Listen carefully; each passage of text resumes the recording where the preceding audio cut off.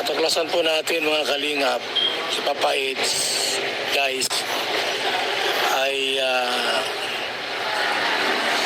liligawan na po si Beyonce. Ay, sinabi sa akin po nung karang araw lang punta sa bahay si Papa Eds.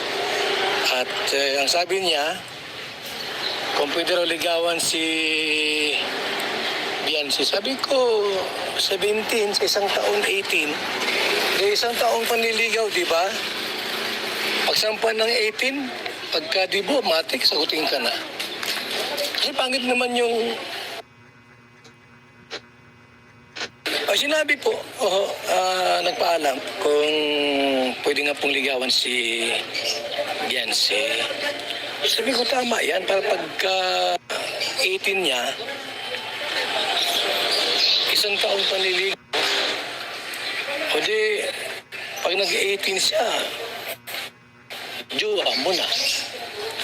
Kasi naman, maghintay ka ng 18 sa kumuliligawan. Pangit naman yung ganon.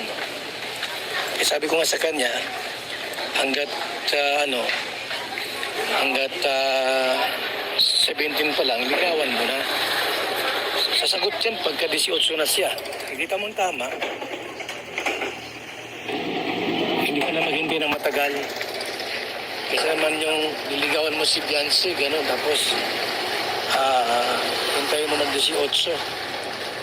Sasagutin ka niya, 19 years old na siya.